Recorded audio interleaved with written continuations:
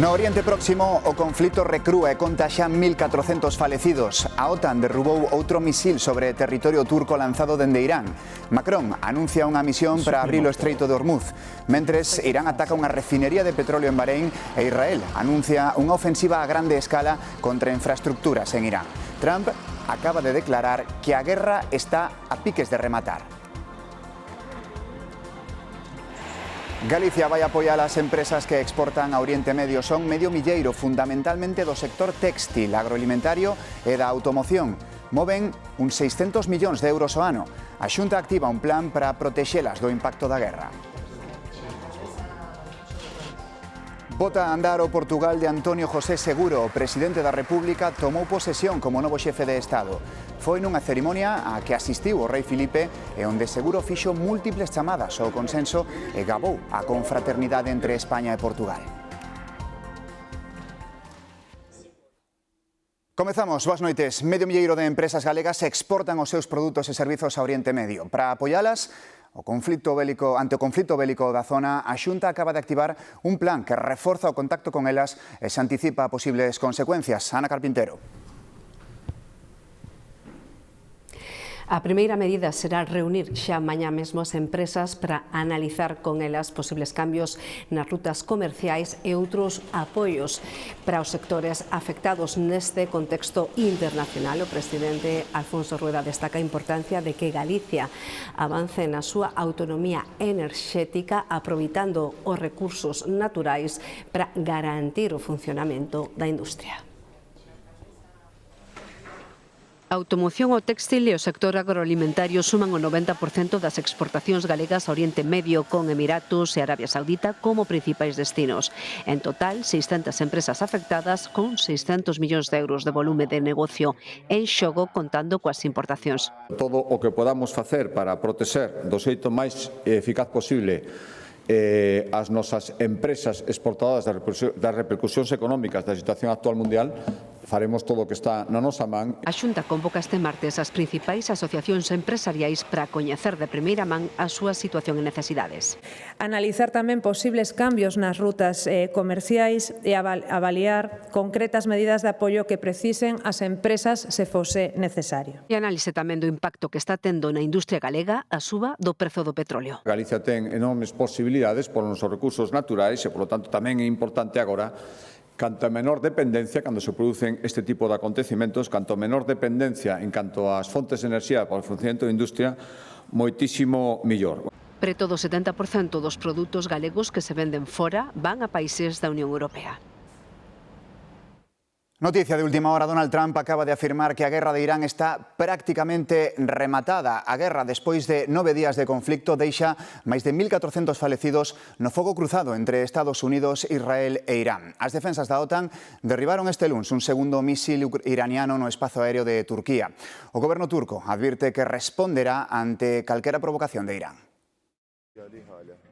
Turquía exíxelle contención a Irán despois de que as defensas da OTAN interceptaran un segundo mísil no seu espazo aéreo que consideran unha provocación á propia Alianza Atlántica. Varios países do Golfo tamén lle advirten que están dispostos a contraatacar.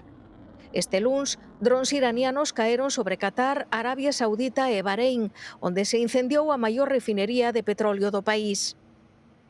En plena crise de seguridade na zona, o presidente francés Emmanuel Macron anunciou unha nova misión defensiva no Mediterráneo Oriental, co obxectivo de garantir a seguridade no Estreito de Hormuz. Entrementres, en Irán, milleiros de persoas manifestáronse en favor do novo líder supremo, un dos fillos de Jamenei. O réxime continúa recibindo o embate dos Estados Unidos e de Israel.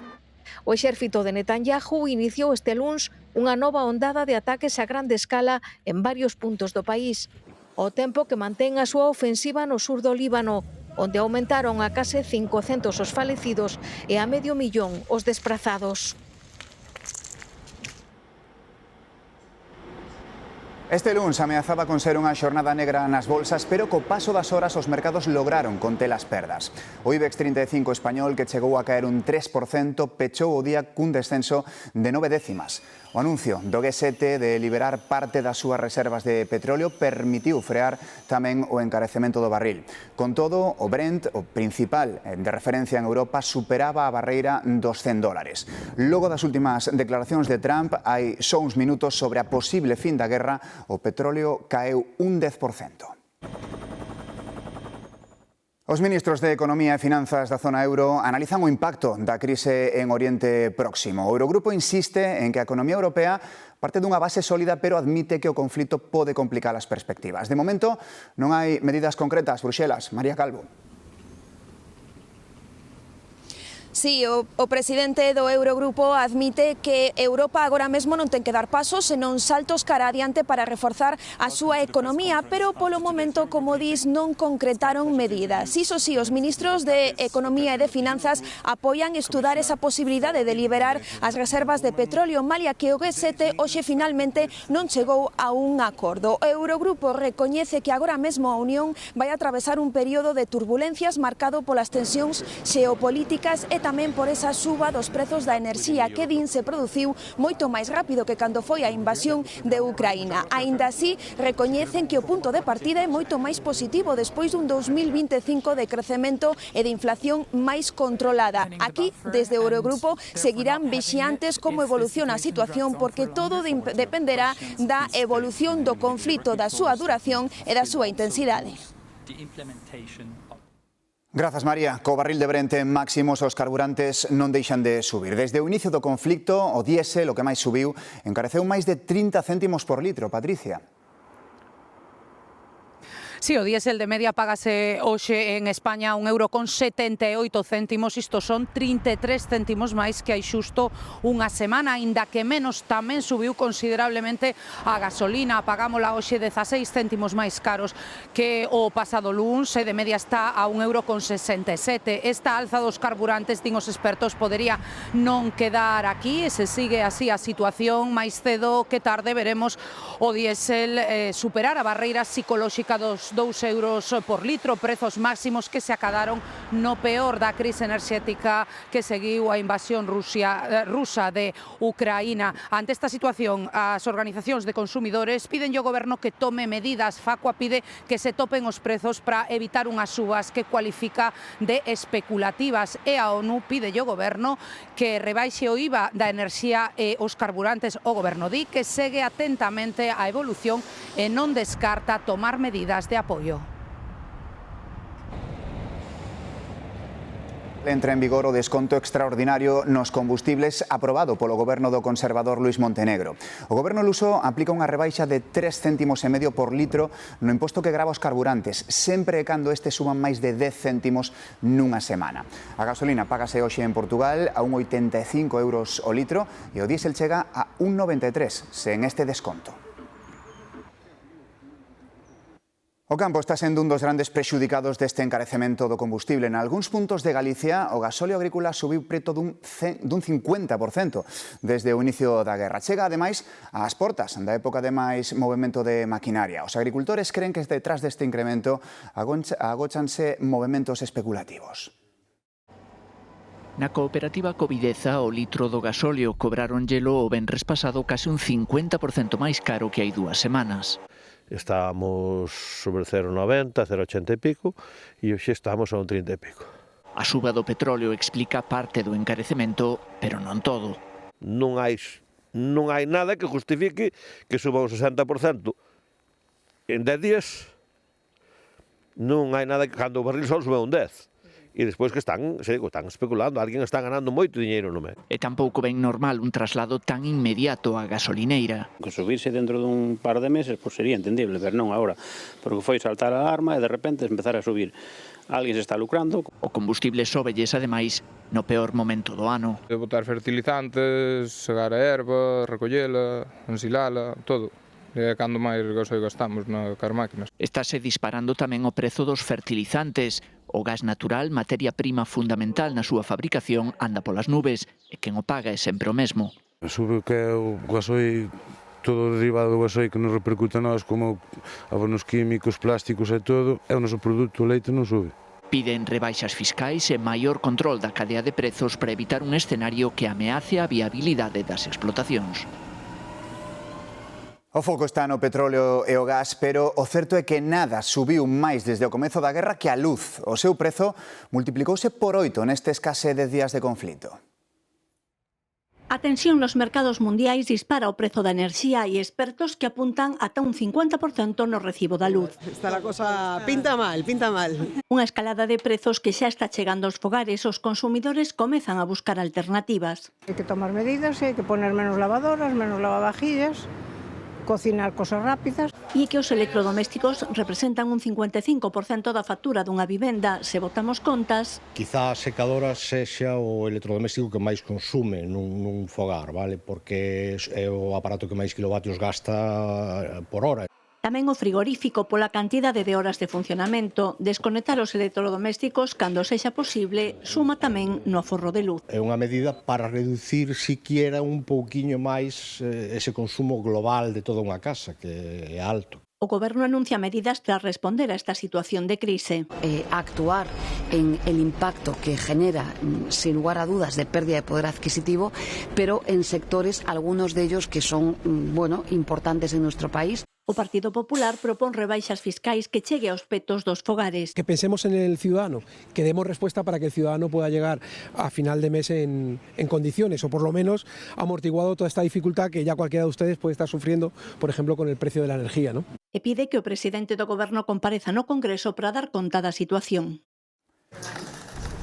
A Fiscalía di que non hai suficientes indicios para imputar o expresidente da Generalitat, Carlos Mazón, na causa da Dina de Valencia. Pídelle a xuíza que continúe ca investigación da catástrofe que lles custou a vida a 230 persoas. A Fiscalía non desbota que ao longo do procedemento se poidan producir declaracións que apunten a unha posible responsabilidade penal de Mazón, pero non agora.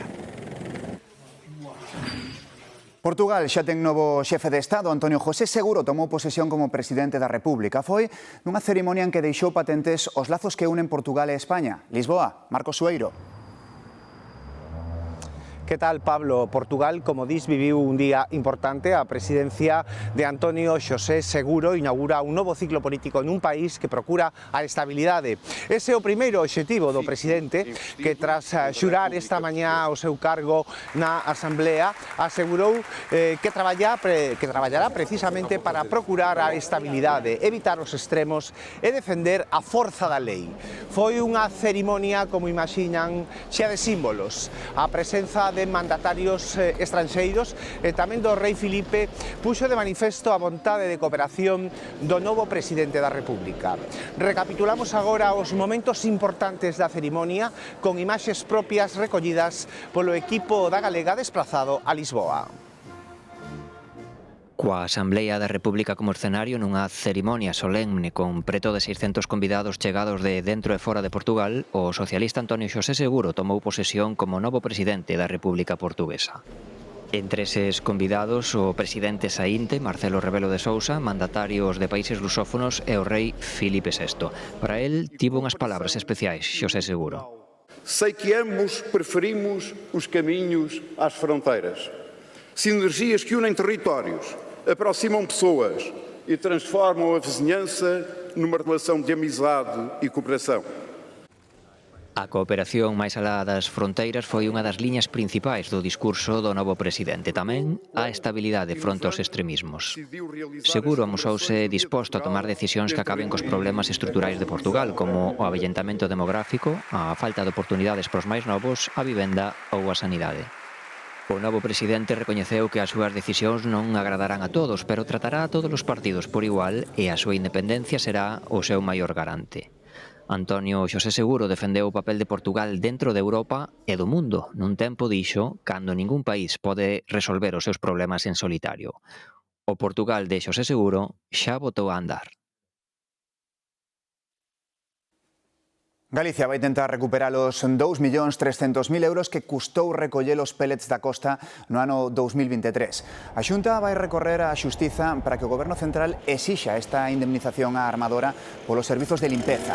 A idea é recuperar os cartos, pero tamén sentar un precedente para posibles casos futuros. E o barrio de Xuxán, na Coruña, vai contar con 264 novos pisos. A Consellería de Vivenda destina 52 millóns de euros e vai utilizar técnicas industrializadas para construílas máis axiña. Máis asuntos deste luns. Un xulgado de Madrid admite unha segunda denuncia contra Íñigo Errejón por agresión sexual. A denunciante di que foi en outubro de 2021. Asegura que estiveron en contacto dende un mes antes e que despois dunha festa o exvoceiro de Sumar agrediuna sexualmente no seu domicilio. Aquí en Galicia, a Audiencia Provincial de Pontevedra absolveu o policía local de Vigo acusado de violar a irmá dun amigo. Os maxistrados consideran probado que os dous mantiveron relacións sexuais no coche del, pero din que non quedou demostrada a falta de consentimento, xa que consideran pouco fiable o testemuño da denunciante. Agora pode recorrer ante o Alto Tribunal Galego.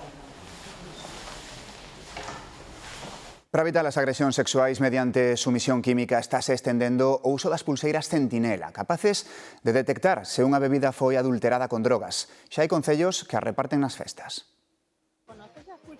Coñecen as pulseiras Centinela. Son un sistema rápido para detectar en poucos segundos a presenza de drogas nas bebidas. Disponen de dos sensores. Cada uno de ellos detecta un tipo de sustancia. El primero de ellos detecta el GHB, que es el éxtasis líquido. Y el segundo, drogas aminadas, como fueran la ketamina, la burundanga o el MDMA. Para facelo test basta con pôr unha gota do líquido na pulseira. Se cambia de cor, a bebida foi adulterada. Son bastante fiables. Ao final son test colorimétricos que levan utilizándose moitísimo tempo. Pódese utilizar tamén como un dispositivo disuasorio, digamos. Entre a mocidade galega pensan que é unha boa medida preventiva. Así tes como unha medida de prevención, que creo é moi boa idea para calqueira persoa, tanto para homes como para mulleres. Unha medida que se debería tomar para acabar con estes problemas de coa sumición química. Sobre todo que non podan ser maltratadas. Eu non a coñecía, pero sí que me parece que é unha medida moi útil para evitar que podan drogar a mulleres e logo violentalas. Cada vez máis concellos reparten as de balde durante grandes eventos. En Castellón van repartir 2.000 pulseiras nas celebracións da Madalena. Incluiría nos puntos violetas, en festivais, en concertos, en eventos onde acuda moita xente.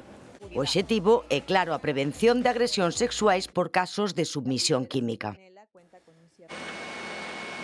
En Vigo comezou o xuízo por un dos grandes alixos dos últimos anos, o do buque Simione. No banco sentan 5 persoas supostamente relacionadas co pesqueiro apresado preto de Cabo Verde hai máis de 3 anos, cando transportaba case 3 toneladas de cocaína. Na primeira xornada o capitán cambiou a súa primeira versión e exculpou o armador, a quen incriminara nun principio. Ingresou en prisión un dos 3 detidos no Porriño como integrantes dunha banda de estafadores de bancos que suplantaba aos clientes. Actuaban por toda España, pero aquí fixéronos sobre todo na provincia de Pontevedra. Alejandro.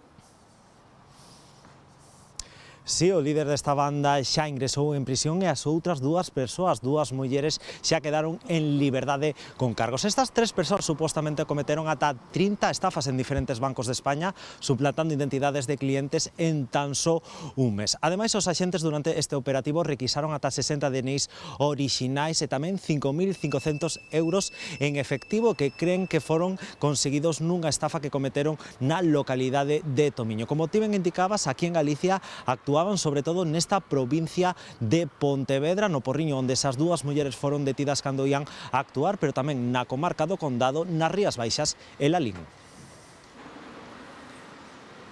O 27 de marzo comezan no xulgado as declaracións dos implicados no accidente da pasarela costeira de Santander que rompeu sobre o mar, deixando 6 mortos. A maxistrada citou como investigada a axente da Policía Local que non cursou o aviso do 112 sobre o estado da pasarela un día antes do accidente. Falamos de outro accidente, este moi aparatoso dun camión que mantivo cortada a primeira hora da tarde a vía que une Rábade e Vilalba. Transportaba caixas de leite, emborcou e quedou atravesado o ancho da estrada ocupando os dous carrís. A carga quedou esparexida pola calzada e o leite derramado deixou unha gran mancha por toda a carretera. O condutor e único ocupante do camión quedou ileso e puido saír polos seus propios medios do vehículo. E ollo a isto, cacharon a hallada un condutor de VTC cando cambiaba a matrícula azul obrigatoria do seu coche por unha branca. Ahí lo tenéis, cambiando dónde meter la placa. Sí, muestra. Se lo vas a decir a la policía, amigo. Se lo vas a decir a la policía. Gravou nun taxista de Vigo na contorna do aeroporto de Peinador. O chofer aproveita o momento en que recolle unha pasaxeira para cambiar as placas reglamentarias do seu coche de xeito irregular. En Galicia, os vehículos de transporte con conductor só poden facer traxectos interurbanos, nunca dentro da cidade. No digas tonterías. Esto es Santiago. En Santiago captaron esta inusual e estrambótica imaxe. Difundiu unha coñecida comunidade universitaria Salseo USC, sempre atenta ás curiosidades con que ás veces nos sorprende esta cidade. Dende o coche, as autoras do vídeo non dan creto de ver na capital de Galicia esta maneira de desplazarse. Son unhas plantas fermosas dun amarelo resplandecente que anuncia a proximidade da primavera, pero coidado cas mimosas. Son invasoras, devoran o bosque autóctono e ademais son un combustible ideal pros incendios forestais. Arden ata debaixo da terra. Calculan os expertos que as mimosas se expanden a un ritmo de 2.500 hectáreas ao ano en Galicia.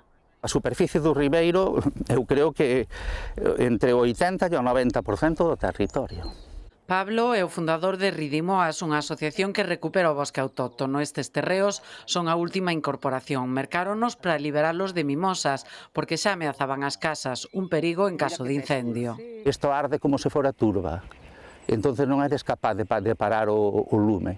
Podelo parar na capa superficial e sigue ardendo pola parte subterránea. Os aneis indican que estas mimosas teñen máis de 20 anos. Para arrincalas tiveron que recorrer a unha empresa especializada. Un esforzo económico que os veciños non poden asumir. Estes metros cadrados de Quillor da Barbaña, 5.000, noutra parcelas, foron 16.000 euros. En plena floración interesámonos tamén polas alerxias, pero o pole das mimosas non é preocupante. Porque o polen das mimosas cae ao redor das árbores e non está no aire. Normalmente os polenes que dan alergia son polenes que están no aire. A temporada xa está rematando e ata o ano que ven non volverán colorear os montes. A primeira conserveira vexetal de Galicia está no Rosal. Grelos que se poden comer en calquera momento do ano. Comezaron a envasalos porque eran do que máis botaban de menos os emigrantes. Chegan grelos das 4 provincias galegas ao Rosal, a esta conserveira cun título rotundo. La primeira conserveira vegetal de Galicia. Vemos montañas a piques de converterse en certo número de latas ao día. De media suelen ser unas 4.000, 5.000 latas. Antes de enchelas, varias etapas de selección. Para nosotros el control de calidad que da una persona no la da ninguna máquina. El tacto, el control visual, el olor incluso. Nas visitas escolares salta sempre algunha voz infantil sorprendida de ver un jacuzzi para grelos, que logo hai que escaldar e seguir seleccionando. Es un grelo con una semilla autóctona que se ha cultivado en Galicia, con lo que le va a aportar la tierra de Galicia. É cultivado a campo libre, como manda a Indicación Xeográfica Protexida a Grelos de Galicia. Fundada nos anos 40, Conservas a Rosaleira é pioneira nisto de meter grelos en lata e engadir auga con sal. E comezaron a facelo por cousas da emigración, da morriña. Acompaña a los barcos de la Armada Española, acompaña a los barcos de pesca y acompaña sobre todo los restaurantes que están fuera de Galicia. Digo así un poco de broma y que si hay un gallego en la luna seguro que tiene una lata de nuestros grelos. Algo tan noso tamén durante todo o ano. Na Galega creamos contidos que duran para sempre. Levamos 4 décadas xerando momentos que forman parte da memoria colectiva de Galicia. Frases que son cultura pop do noso país. Hai anuncios míticos como o do Ratibrón, pero tamén deixamos pegada nos deportes. Que non lembra aquel dianteiro do Barça que por aí adiante era Kluivert, pero que aquí era Kluivert. Ou o que che fixen gelipollas. Sementamos o país todo con cartéis con esas frases porque estamos convencidos de que é mellor a galega, o noso xeito. Por suposto, a dobraxe de series e pelis tamén deixou verdadeiros tesouros. Feliz noite, ata mañá.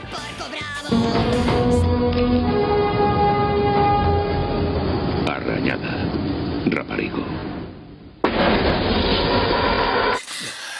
Gracias por acompañarnos. Son as 7, as 6 en Canarias e agora escoitaremos unha foliada cantada por Ana Quiro.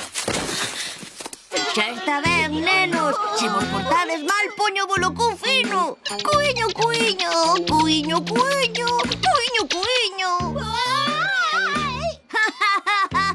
Xa estás a salvo, sapoconcho. Ai, ches, por que me